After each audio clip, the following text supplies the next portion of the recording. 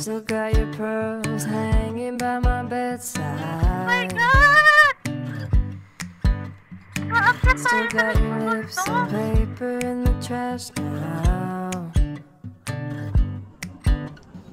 For this episode, samahan nyo kaming mag-road trip, asaran at kulitan dito sa rehiyon ng Cordillera, ang Mountain Province. Dito ay pupuntahan namin ang mga tinaguriang highest point at bibisitahin natin ang natatagong campsite sa Mangkayan, Benguet.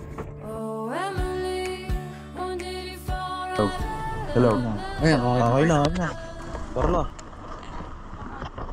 Hello ka muna sa vlog, par. Hi, vlog. Welcome to my guys. At exact 12:44 AM ay bumiyahe na kami mula sa Taguig, Paedsa. Pagdating ng Bulacan ay dito kami inabutan ng Ulanbon. Mabuti na lang at tumila din ito kaya naghubad din kami ng aming mga kapote at dinaretso na namin ang aming biyahe. Bago mag-alas 3 ay narating na namin ang Pampanga. May secret portal kaming dinaanan sa bandang Clark kaya bumilis ang biyahe namin. Pero mananatili itong sekreto dahil malamang ay sinarado na nila to ngayon dahil sa amin. Wili kami. Wili tayo po.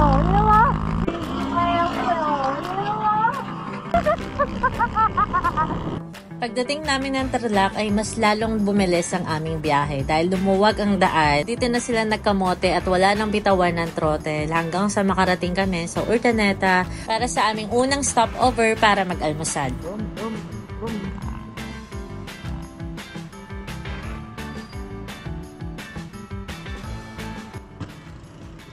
Time check. 4:29. Ano? Sarap? Yes, sir! At syempre, hindi talaga mawawala ang pagba-brown out dito sa Pangasinan. So, bukas ko yung ano? Bukas ko yung mini driving light ko, par. Ano lakas mo kasi? Oo, 115 na dati yung takbo ko. Hindi ko pa ma-overnigan, narap na hirap ako eh. Ay ka. Hindi ko kita. Unlockable character. Who's that Pokemon? Umaga na nung kami nakarating ng La Union, dito ay babalik kami sa aming third day at nasa part 2 yan ng video na ito. So ayan, kailangan yung bumili niyan para dito sa La Union. 100. Mura na yan. Lot na lang sa'yo Gcash. Alam mo alis tayo, naka Gcash ka. Sorry na.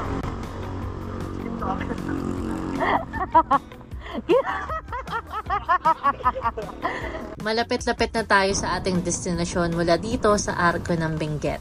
At dito nyo din mapapanood kung paano nila ako tarantahin at madaliin sa pagpipicture. Naakala mo ay may mga aatin ng kasal ng mga gudyaw. Saan sa itong bitirap?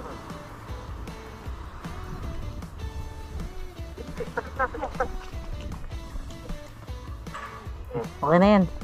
Si Joe na. Perfect. Ikaw na, Joe. Oo.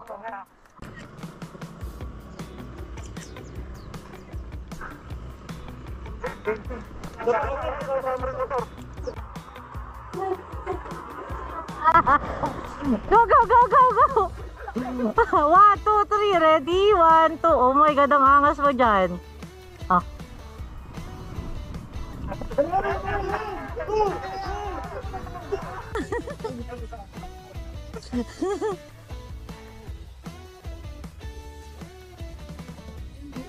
Ayan, ganyan yung mga yan. Every time na magpipicture taking kami or may stopover, lagi na lang nila ako minamadali or tinataranta ng ganito. Goods. Yay! Ang ganda! Ang ganda! Tara na, alis tayo. Friday pa lang ngayon, no? Solid. Nasa baba kay Renz. Yung sa'yo nandito. Okay na yan, pre. Hindi, mas maano kasi nga yung akin. Mas ma-skip niya sa akin eh, sa kanya. Ayan, yan. Oh. Kaya mo ganun pa rin yung kalalaban mo. Okay na, okay na. Oh my God!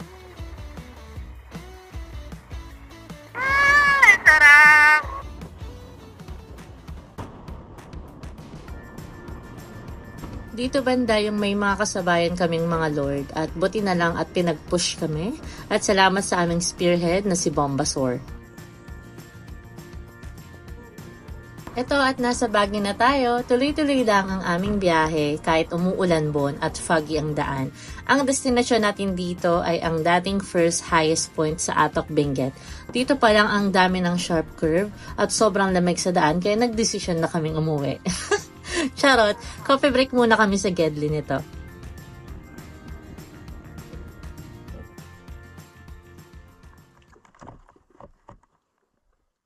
Kape ka ako, Joe? Oo. Ikaw? Ako, baka makundak sa mga. Kaninong balaklava to?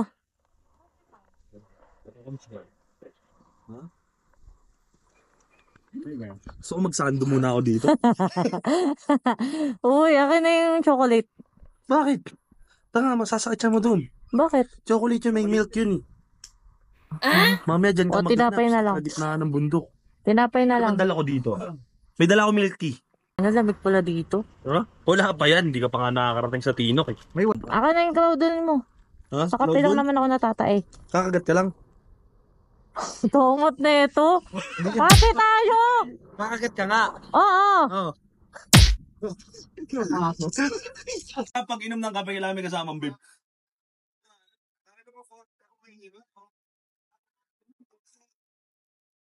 Uy! Bago isa yung tao. Parang sarap dito mag-wheeling lang. Ay, na ito mag-wheeling. Ang kapal ng kape Para mawala yung giniginaw ka pa rin. May tamang technique kasi dyan. Para di ka ginawin. Ano, gusto mo mawala ka yung tabis. Yung mainit na tubig, gano'n mo na dito. Ganang baka, dito muna, ato. Ano, second highest point, tapos sa New Philippine highest point doon.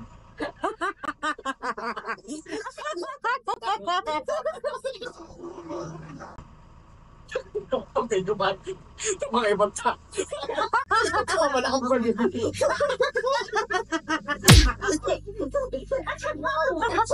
Di ba may trend na ganun sa Facebook? Ay, ang buo ko nyo kasi dapat bago tayo umalis, na ganun tayo.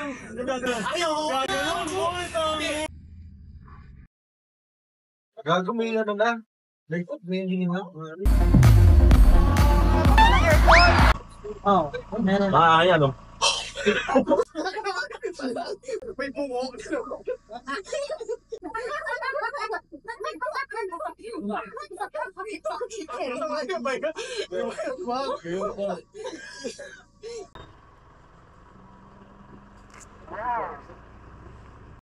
Oo, ang ganda ng picture ko, no? Okay na, patingin mo na akin. O, tingnan mo muna. Depende kasi sa nagpo-post yun. Oh, tingnan mo. Hindi, pre. Yung dapat pantay kasi. Ako kasi yan, yung ano, yung dalawang poste. Sige na. Ako na. Huwag na, Joe. Tara na. Parang di ka nilalamig, pre, ah. Siya sa picture niya, naka ano. Highest point pero naka-t-shirt. Ay, dapat nagubad. Sayang. Ay, doon sa isa kasi kunti lang tao doon eh, di ba? Dito ba tayo dadaan? I think I'll take my whiskey neat, my coffee black and my bed at 3. You're too sweet for me. You're too sweet for me. I'll take Solid. my whiskey neat, my coffee black and my bed at 3. You're too sweet for me.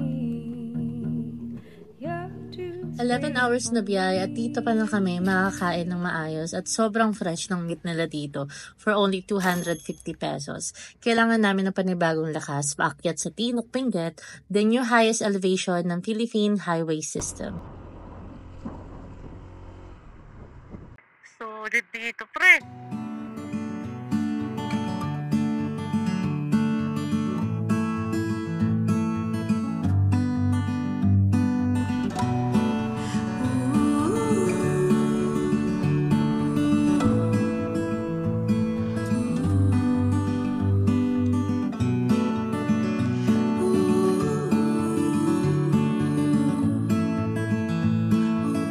may previous content, pinaset up natin ang timpla ng arangkada ng ating motor. At dito ko ito nasubukan. Sobrang ganda at tarik ng daan dito. Halos lahat ay paahon at naglalaro lang sa 40 to 60 ang aming mga motor. Kasama na doon ang bigat ng aming mga dala. Dito ay tahimik at hindi gaano kadami ang dumadaan dito. Kaya na-enjoy namin ang kalsada, sabayan pa ng magandang tanawin at maaliwalas na panahon kagaya nito.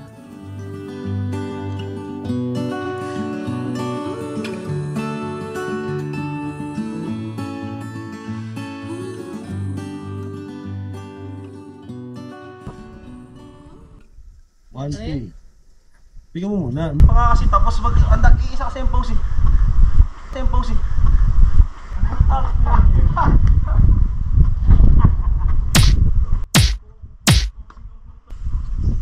Sama. Ito matadyong maganda eh. Kapit kayo doon sa poste.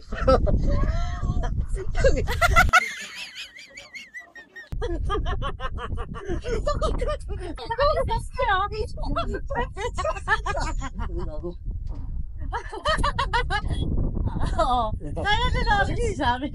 Yan, di ba? Yan ang sinasabi ko. Ayaw niyo maniwala eh.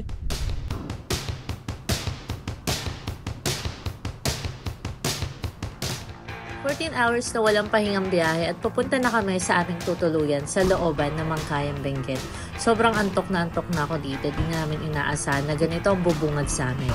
Oopsie, hindi yan siya. Pero sorry, ang cute ng bata oh.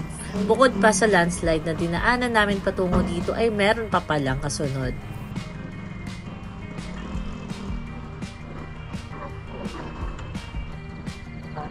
Oh shit, here we go again.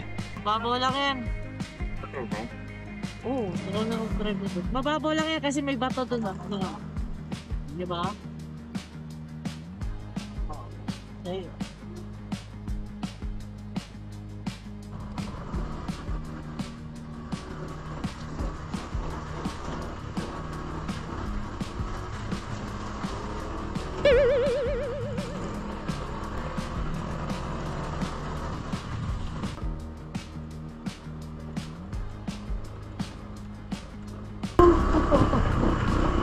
Tropa na ako sa ganito eh. Be, sino mo yung motor na Joe? May tangkay.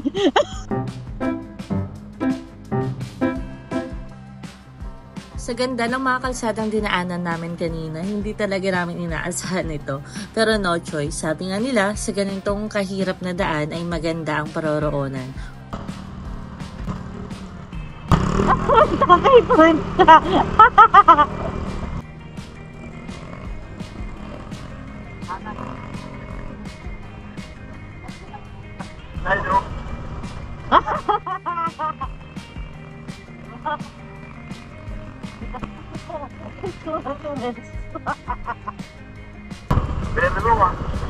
Kaya may drop kuya? Yes, thank you. Praktisin ko nga yung mga motor ng taga-baba. Nice! Ay kuya, susi. Para makaalis ka.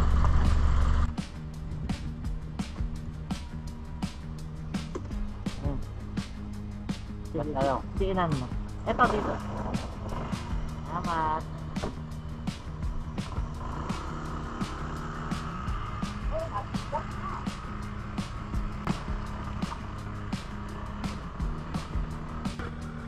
Please, Lord, help him. Help him! Galing! Kuya, thank you. Salamat.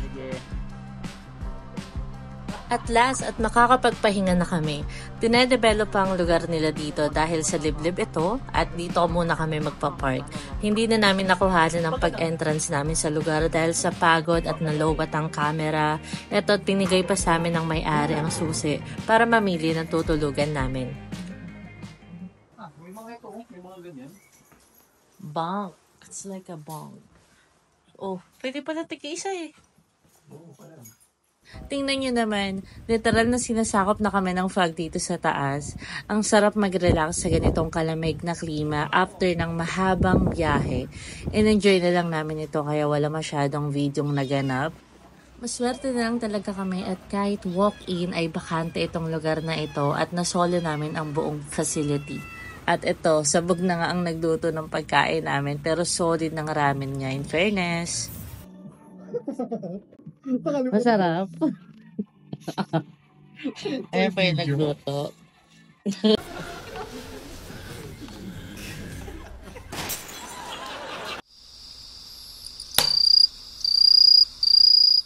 It's around 3:30. Ayan, ang dilim dito. Ayan. Ito yung CR nila. Ayan, ganyan. At yakit natin ito sa taas. Wala silang tubig. Ito guys.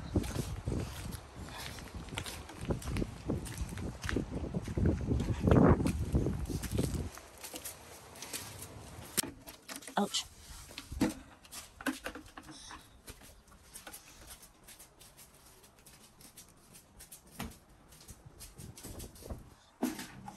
Ang lamig. Ang lamig para kang naghilamos ng yelo sa sobrang lamig. Ang aga ko dito nagising para mag-asikaso at mag-freshen up. Habang yung mga kasama ko ay tulog pa, ay tutur ko kayo kung gaano ka-komportable dito sa Baangan Escapade. Ito ang main door at dito naman ay mga bakanteng kwarto na kasya 4 to 6 person sa loob. At dito naman ang dalawang kasama ko at sinolo ko naman ang katabing kwarto nito. Makalat lang yan tingnan dahil sa mga gamit ko pero malambot ang kama nila at ang babango ng comforter nila dito. Bala ko sanang maglagay ng tubig sa tumbler pero gising na palang mga oso at ito taga-estorbo na sila. CR. Hindi naman taas, boy. Ang ganda ng star. Saan? Dito? Umakit kami sa may... Kaso ang lamig eh. Ang lamig talaga, be. Nag-shower ako dyan. Ang lamig. Para akong yelo. Nakaligo ka dyan? Shower lang. Hot bath lang. Ang inang yan. Nakaligo? Shower lang.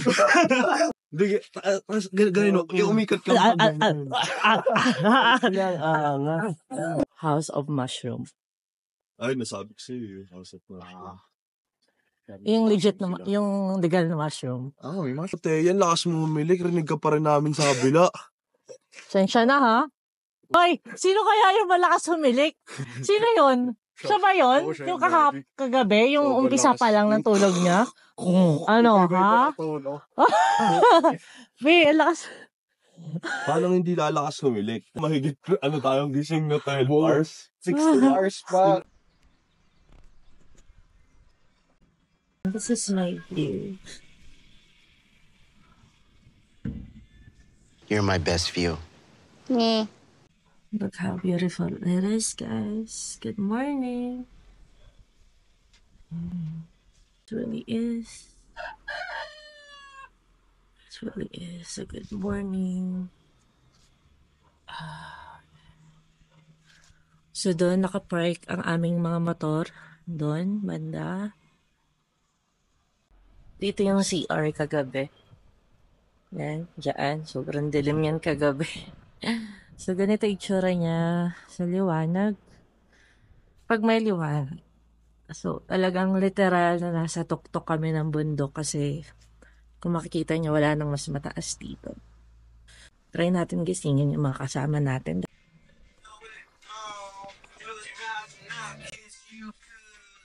Morning, guys. Kaya na.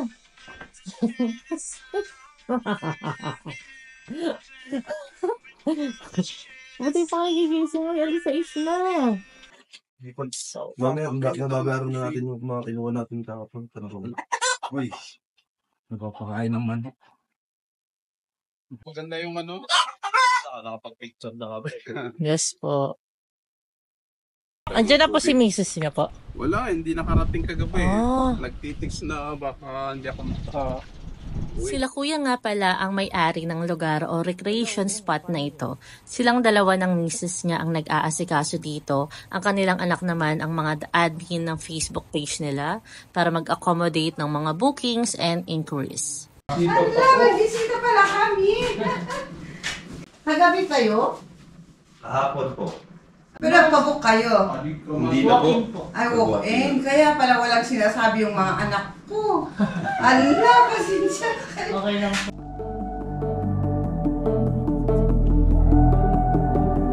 Uy, ang ganda dyan. Meron pala dyan.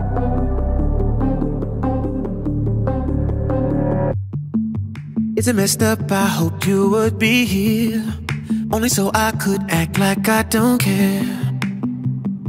Been a blur for the last 2 months.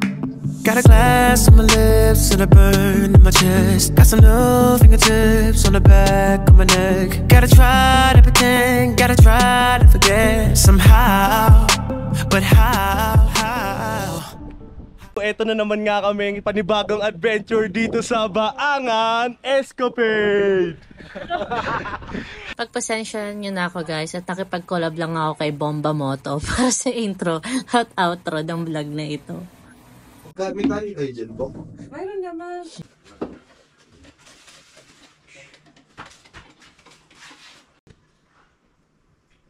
Ang sarap tumalala pag ano no, ako may inom ng kape no.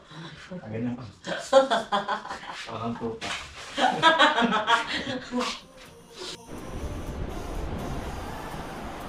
Buday Falls. Mal! Ajima!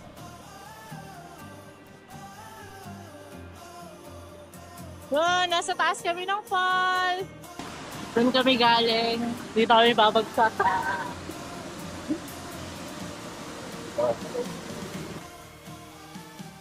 Fast life in so and mommy. Fast life in so me. Oh, and on. I can't get so happy.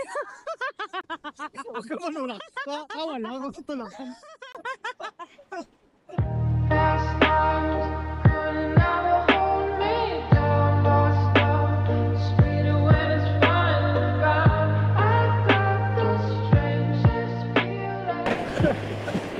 Why?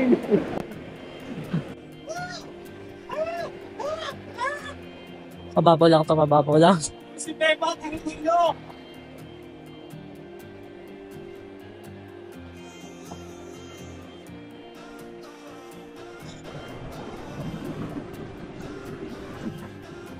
Sakit. Bob? Bob? Sa kabunda, ato na mo. Bro. Ouch!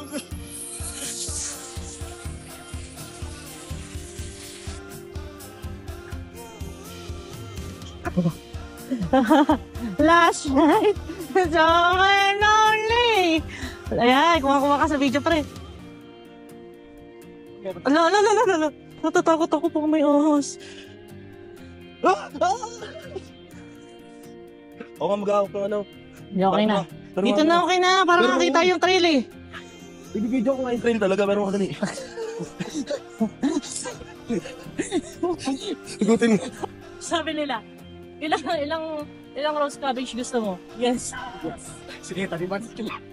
Luto mo na pag-aawak mo. Oo.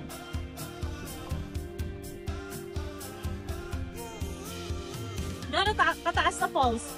Yes.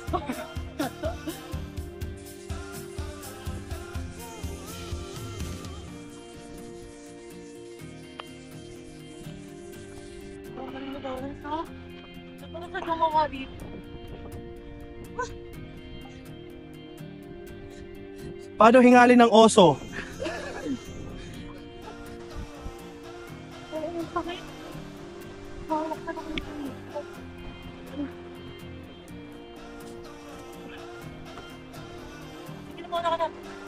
Hanapin natin yung oso. Kaibigang oso. Pwede ka na kaibigang oso.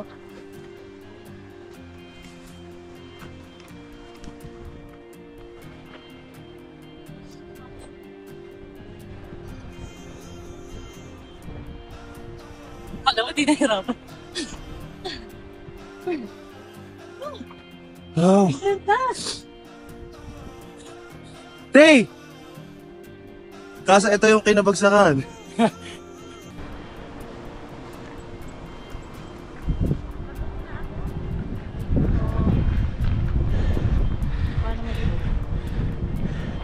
Kuya! Pag nag-vlog ako, boy. Puta. Motovlog na panay, panay katrakan. Okay nga yung ganun, tangi. Barjugan. Huwag ba naman umatras ni Kuya, hindi tumitingin sa left and right? Ito ka na kaya kumain? Sige. Saan? Dito. Oh, para kuha ko lahat ng sauce. Nice.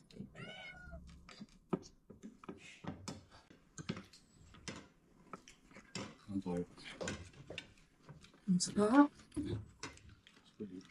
Ang sarap. Tapos dito magdadala ka talaga ng lulutuin. Kung magapaluto na lang. Hindi natin naisip kanina yung dumagdala. Dapat nung tayo mamimili sa Pagod Baguio. kasi tayo. Then, nasabi na sa aming tropa, nawala lang sa isip ko kasi nga, antok na to eh. Sobrang antok ko. Habang nagdadrive ako, nakaganon na yung mata ko, hindi na mahigilat. The usual kasi na natitikman mo, butter na yung ginagamit nila dyan. Unlike ito. Saka payat. Payat ng sitaw natin doon. Dito, ang taba oh. Binahin mo ba naman ng gano'ng malayo eh? Gano'ng kataba yung sitaw mo? Yes. Ayan. Pa-hotdog na. Kung ba talaga 512 yung isa natin. Tapos yung sa kinain mo noodles kahapon plus 35.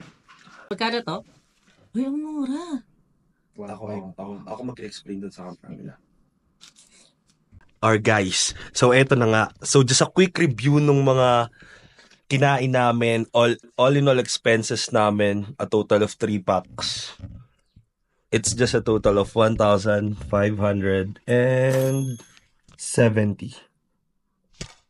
So yun, nag-ramen na kami niyan, nakapag-breakfast na kami with accommodations. 350 each for the ACOMs. Kaya book na rin kayo dito guys. Para sa next na punta ninyo. So yun lang. Share ko lang.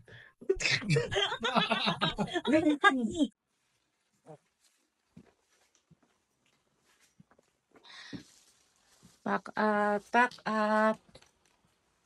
Pack up na kami guys.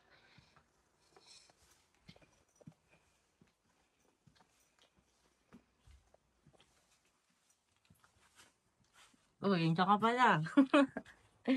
Dahil lang iniisip ah. Ang mga bundok na nakikita nyo ay nag-aantay sa amin para tawirin patungong Ilocos via Cervantes, Tagudin ang Besang Pass. On this animated map, this is what we've traveled for just day 1. Hindi pa yan tapos dahil gagawa tayo ng loop sa road trip na ito. Road trip ba? Sa road trip na ito. Watch out for our part 2 of this episode to our second and third day of our mountain province to Ilocos adventure. And thank you so much sa mga nagtapos ng video na ito. I'll see you guys on the next part of this episode. Goodbye! So guys, don't forget to like, click, and subscribe.